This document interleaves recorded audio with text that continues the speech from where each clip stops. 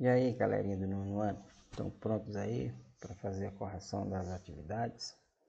Pois aqui o professor Paulo Sérgio vai ajudar vocês a responder a atividade de vocês. Na verdade, vocês vão conferir as respostas de vocês que vocês já fizeram, não é? Nós temos dois temas sobre animais vertebrados, né? Platelmintos, nematóides e moluscos, e no outro tema nós temos lá os anelídeos, que nós iremos responder todas essas duas atividades aqui nessa aula.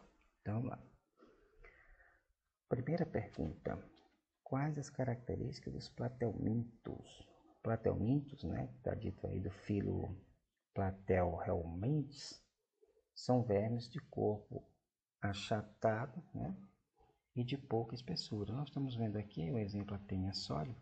Estão vendo o corpo bem achatado, né, que é esse verme aqui que provoca aquela doença chamada de teníase e popularmente conhecido como solitária.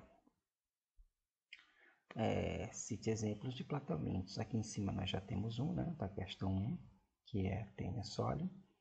Nós temos aqui a planária, um tipo aí de planária. E aqui nós temos o verme Esquitosoma.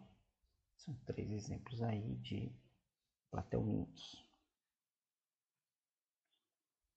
Todos os platelmintos são causadores de doenças. Dê um exemplo. Não, né? Nem todos os platelmintos são causadores de doenças. Nós podemos citar aqui o caso das planárias, que é um ser de vida livre, né? O que é ser de vida livre? Eu já expliquei isso antes, mas vou retornar a explicar. São seres que vivem na natureza à procura dos seus alimentos, sem parasitar, sem precisar de outros seres para ficar sugando dele o seu alimento. Então, nós temos o exemplo aí dessa planária. Cite uma doença agora causada pelos platelmintos. É a teníase, né? Causada pela tênia sólida. Aqui, né? Isso aqui, ó, tênia sólida, né? Essa teníase é conhecida popularmente como solitária, né? Ela se instala lá no intestino da pessoa e aí ela começa a sugar os nutrientes da qual a pessoa se alimenta. Quais as características? Ela é a teníase é uma espécie de parasita, né? Que fica parasitando o nosso intestino. Quais as características dos nematóides? São animais cilíndricos e bem alongados. Nós temos um exemplo aqui, né, de um nematóide, aqui a lombriga, né? Ela é cilíndrica. O que é cilíndrica? É um objeto ou alguma coisa, um ser vivo que tem o formato de um lápis, né? O lápis é uma caneta, o lápis, um canudo, todos eles são objetos de estrutura cilíndrica. Então, cilíndrico quer dizer isso aí. Então, são animais que têm um corpo alongado e cilíndrico. Cite exemplos de nematóides, né? Aqui, né? A lombriga é um nematóide, né? Ascaris lombricoides.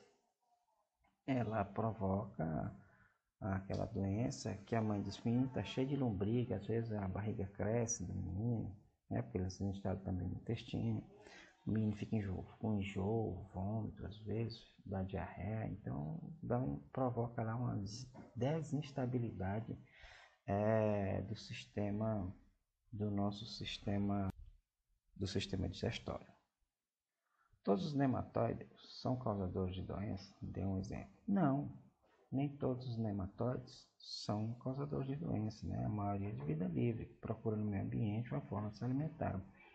Os exemplos aqui é os que se alimentam de fungos, né? Micófagas, e os que se alimentam de bactérias, bacteriófagas, né? São exemplos de nematóides que não causam doenças, não são parasitas, por exemplo, do ser humano e dos outros animais.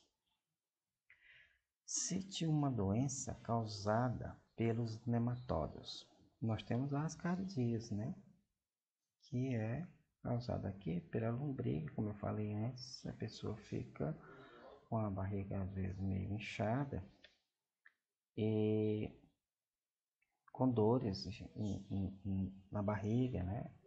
Com enjoo, às vezes vômitos. Então esses vermes são causadores disso. Geralmente são pegos em frutas, na água contaminadas, em verduras, que come ser sem ser bem cozida ou in natura, né? Como às vezes as pessoas comem essa alface e nela, quando essas alfaces não são bem tratadas, bem higienizadas, elas podem levar ali a ascaridias, ou ascaris lumbricoides. Continuando aqui com a nossa nona questão. Quais as características dos moluscos? Existem exemplos de molusco. Aqui os moluscos, a característica principal dele, molúsculo, quer dizer músculo mole. São animais de corpo mole, geralmente envolvidos por uma concha. Aí aqui nós temos exemplo, né? Alguns que são envolvidos por essa carapaça aí, né? Por essa concha. Aqui nós temos o caracol, que a gente pensa como caracol, o caramujo. Nós temos as ostras, né? Nós temos também os mariscos, que são envolvidos por essa carapaça aí. Mas o polvo não é, a lula não é, né? Então temos animais molúsculos que têm características diversificadas aqui, né? Como os moluscos fazem para se movimentar? A locomoção da maioria dos representantes é lenta devido ao pé musculoso. Então ele só tem um pé lá, né? Formado por um único músculo, né? Os que são rápidos, como as lulas e os polvos, locomovem-se graças à expulsão de jatos de água que saem através de um orifício. Então eles têm lá um canalzinho, um orifíciozinho, uma protuberânciazinha, né? Que eles engolem a água e empurram através desse orifício, que é chamado de sifão. Mas muitos, porém, são fixos ao substrato, né? Como as ostras e os mariscos na fase adulta. Geralmente eles gostam de ficar presos em corais, esses mariscos, ou mesmo no substrato do fundo do mar, tá certo? Então aí nós temos que se locomovem lentos, que se locomovem rápidos, e os que quando adultos não se locomovem, ficam fixos no substrato do mar. Agora nós vamos passar aqui para o tema dos anelídeos, né? Quais são os animais do grupo dos anelídeos? São os animais do grupo dos invertebrados, né? Que são os animais que não têm a coluna vertebral e nem crânio, né? Então nós temos aqui ó, os tipos deles. Ó. Quais animais podem representar os anelídeos? Os animais podem representar são as minhocas, né? Os néreis e os sanguessugas, que são 3 animais aqui potencialmente representantes dos anelídeos. Por que o grupo dos anelídeos tem esse nome? Ora, porque apresenta o corpo segmentado, isto é, dividido em anéis. Podemos ver aqui alguns anéisinhos aqui na minhoca, alguns anéisinhos aqui formados no sanguessuga e os anéis grandes formando aqui nos néreis, né? Então, é por isso que eles são chamados de anelídeos. São vários anéisinhos que se juntam para formar o ser. Quais são os principais grupos dos anelídeos? Os grupos principais dos anelídeos representantes são os oligoquetos, que são o grupo das minhocas, os poliquetos, que são os grupos dos néreis, né? Tem essas protuberâncias aqui. E do sanguessuga nós temos os herodíneos, né? Então são os 3 grupos principais aí formadores dos anelídeos. Qual é o grupo das minhocas? Como eu já falei, é dos oligoquetos, né? É esse grupo aqui, o grupo das minhocas. Qual é o habitat das minhocas? As minhocas vivem em terreno úmido, né?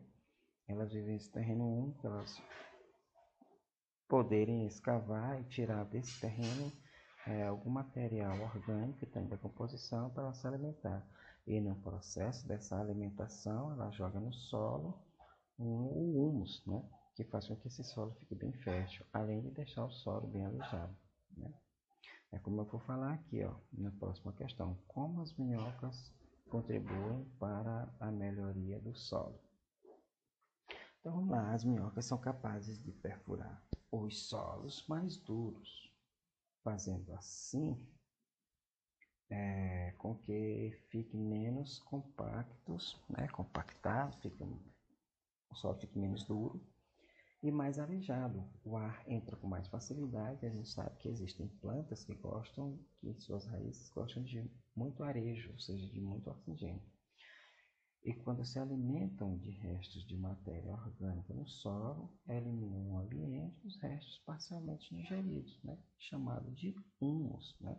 Geralmente o humus, gente, é feito daquele solo escuro, tem muito nutriente, deixando, deixando o solo, né, mais fértil, beleza? Então nós estamos vendo aqui um exemplo das minhocas, né, fazendo a aração do solo, né, deixando o solo mais arejado. E ao mesmo tempo também que elas começam a excretar os restos dos alimentos que ingeriram, produzindo humus. Tá certo, pessoal? Então é isso aí. Nossas duas atividades foram respondidas. Corrijam direitinho. Que aí, quanto mais você corrige suas tarefas, geralmente eu pego essas questões para colocar lá na prova. E você vai ter mais facilidade de responder a sua prova. Às vezes nem precisa estudar, tá bom? Basta dar uma olhada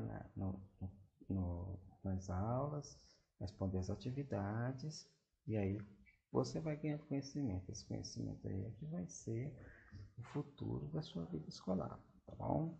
Até a próxima aula e tchau, tchau.